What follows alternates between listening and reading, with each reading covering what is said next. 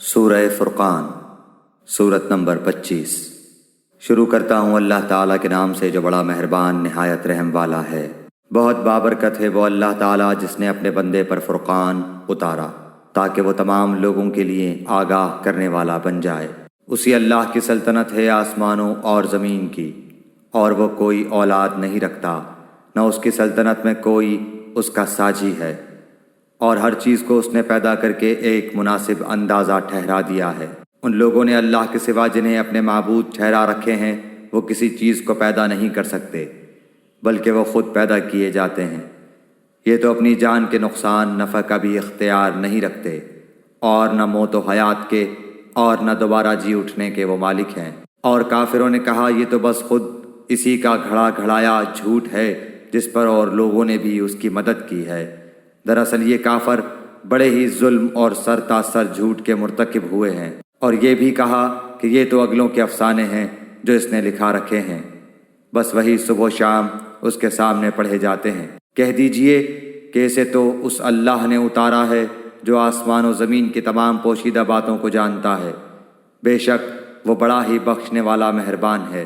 اور انہوں نے کہا کہ یہ کیسا رسول ہے کہ کھانا کھاتا ہے اور بازاروں میں چلتا پھرتا ہے، اس کے پاس کوئی فرشتہ کیوں نہیں بھیجا جاتا کہ وہ بھی اس کے ساتھ ہو کر ڈرانے والا بن جاتا، یا اس کے پاس کوئی خزانہ ہی ڈال دیا جاتا، یا اس کا کوئی باغ ہی ہوتا جس میں سے یہ کھاتا۔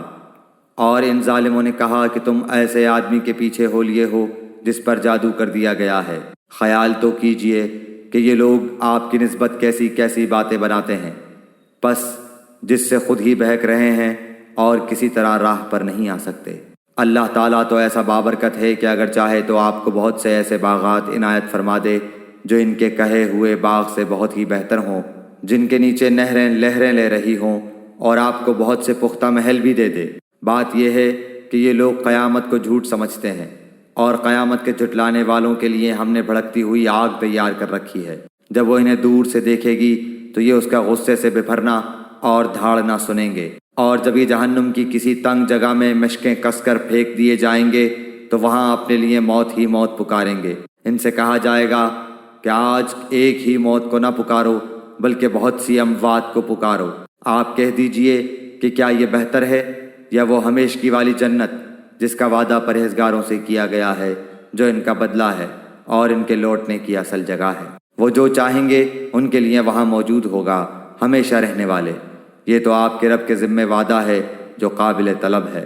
اور جس دن اللہ تعالیٰ انہیں اور سوائے اللہ کے جنہیں یہ پوچھتے رہے انہیں جمع کر کے پوچھے گا کہ کیا میرے ان بندوں کو تم نے گمراہ کیا یا یہ خود ہی راہ سے گم ہو گئے، وہ جواب دیں گے کہ تو پاک ذات ہے، خود ہمیں ہی یہ زیبا نہ تھا کہ تیرے سوا اوروں کو اپنا کارساز بناتے۔ بات یہ ہے کہ تو نے انہیں اور ان کے باپ دادوں کو آسودگیاں عطا فرمائیں یہاں تک کہ وہ نصیحت بھلا بیٹھے۔ یہ لوگ تھے ہی ہلاک ہونے والے، تو انہوں نے تو تمہیں تمہاری تمام باتوں میں جھٹلایا۔ اب نہ تو تم میں عذابوں کے پھیرنے کی طاقت ہے نہ مدد کرنے کی۔ تم میں سے جس نے ظلم کیا ہے ہم اسے بڑا عذاب چکھائیں گے۔ ہم نے آپ سے پہلے جتنے رسول بھیجے سب کے سب کھانا بھی کھاتے تھے اور بازاروں میں بھی چلتے پھرتے تھے، اور ہم نے تم میں سے ہر ایک کو دوسرے کی آزمائش کا ذریعہ بنا دیا۔ کیا تم صبر کرو گے؟ تیرا رب سب کچھ دیکھنے والا ہے۔ اور جنہیں ہماری ملاقات کی توقع نہیں انہوں نے کہا کہ ہم پر فرشتے کیوں نہیں اتارے جاتے، یا ہم اپنی آنکھوں سے اپنے رب کو دیکھ لیتے۔ ان لوگوں نے اپنے آپ کو ہی بہت بڑا سمجھ رکھا ہے اور سخت سرکشی کر لی ہے۔ جس دن یہ فرشتوں کو دیکھ لیں گے اس دن ان گنہگاروں کو کوئی خوشی نہ ہوگی، اور کہیں گے یہ محروم ہی محروم کیے گئے۔ اور انہوں نے جو اعمال کیے تھے ہم نے ان کی طرف بڑھ کر انہیں پراگندہ ذروں کی طرح کر دیا۔ البتہ اس دن جنتیوں کا ٹھکانہ بہتر ہوگا اور خوابگاہ بھی عمدہ ہوگی۔ اور جس دن آسمان بادل سمیت پھٹ جائے گا اور فرشتے لگاتار اتارے جائیں گے، اس دن صحیح طور پر ملک صرف رحمان کا ہی ہوگا، اور یہ دن کافروں پر بڑا بھاری ہوگا۔ اور اس دن ظالم شخص اپنے ہاتھوں کو چبا چبا کر کہے گا ہائے کاش کہ میں نے رسول صلی اللہ علیہ وآلہ وسلم کی راہ اختیار کی ہوتی، ہائے افسوس کاش کہ میں نے فلاں کو دوست نہ بنایا ہوتا، اس نے تو مجھے اس کے بعد گمراہ کر دیا کہ نصیحت میرے پاس آ پہنچی تھی۔ اور شیطان تو انسان کو وقت پر دغا دینے والا ہے۔ اور رسول کہے گا کہ اے میرے پروردگار، بے شک میری امت نے اس قرآن کو چھوڑ رکھا تھا، اور اسی طرح ہم نے ہر نبی کے دشمن بعض گنہگاروں کو بنا دیا ہے، اور تیرا رب ہی ہدایت کرنے والا اور مدد کرنے والا کافی ہے۔ اور کافروں نے کہا کہ اس پر قرآن سارا کا سارا ایک ساتھ ہی کیوں نہ اتارا گیا، اسی طرح ہم نے تھوڑا تھوڑا کر کے اتارا تاکہ اس سے ہم آپ کا دل قوی رکھیں۔ ہم نے اسے ٹھہر ٹھہر کر ہی پڑھ سنایا ہے، یا آپ کے پاس جو کوئی مثال لائیں گے ہم اس کا سچا جواب اور عمدہ توجیہ آپ کو بتا دیں گے۔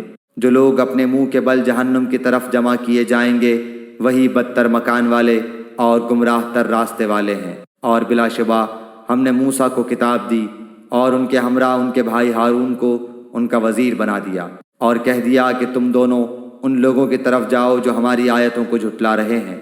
پھر ہم نے انہیں بالکل ہی پامال کر دیا، اور قوم نوح نے بھی جب رسولوں کو جھوٹا کہا تو ہم نے انہیں غرق کر دیا اور لوگوں کے لیے انہیں نشان عبرت بنا دیا۔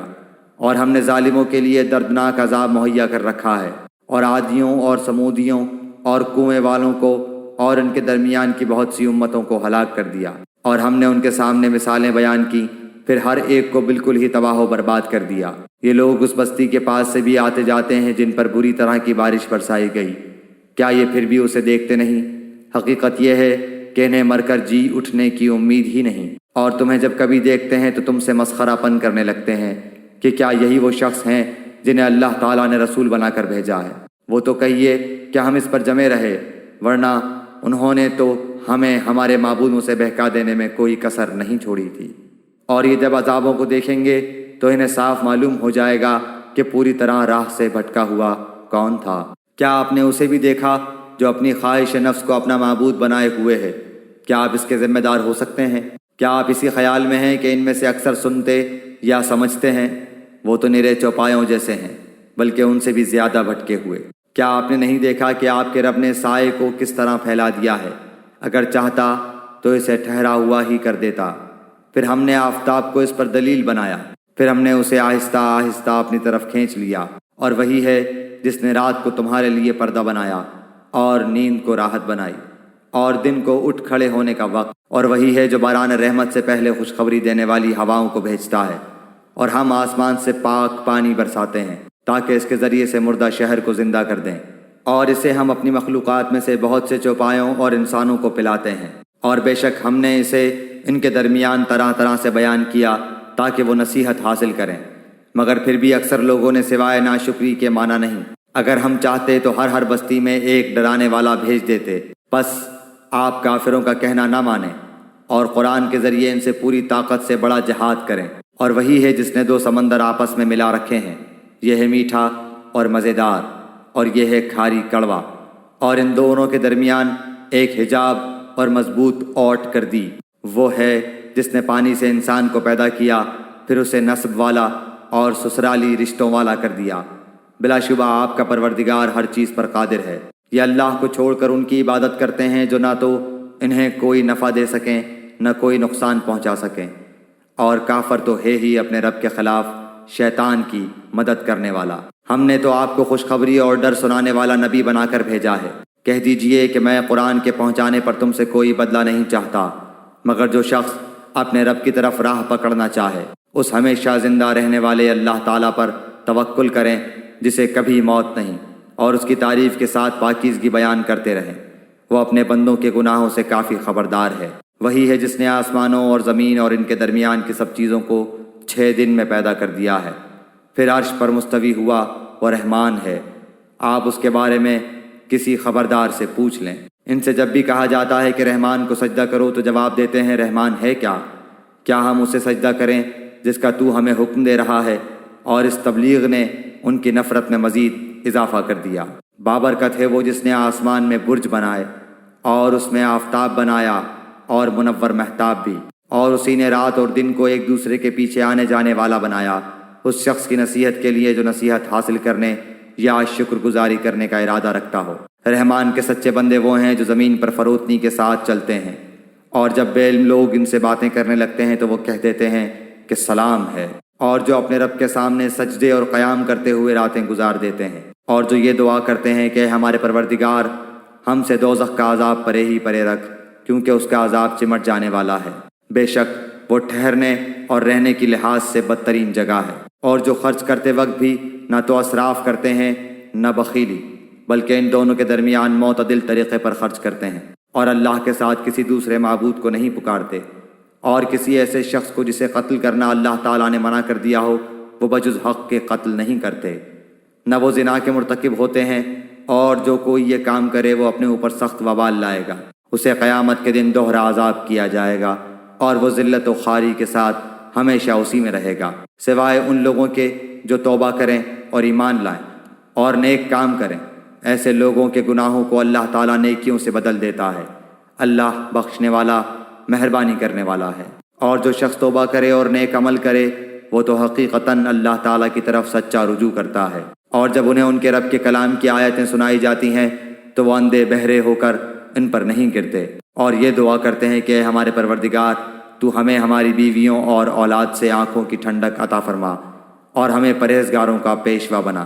یہی وہ لوگ ہیں جنہیں ان کے صبر کے بدلے جنت کے بلند و بالا خانے دیے جائیں گے، جہاں انہیں دعا سلام پہنچایا جائے گا، اس میں ہمیشہ یہ رہیں گے، وہ بہت ہی اچھی جگہ اور عمدہ مقام ہے۔ کہہ دیجئے اگر تمہاری دعا التجا پکارنا نہ ہوتی تو میرا رب تمہاری مطلق پرواہ نہ کرتا، تم تو جھٹلا چکے، اب ان قریب اس کی سزا تمہیں چمٹ جانے والی ہوگی۔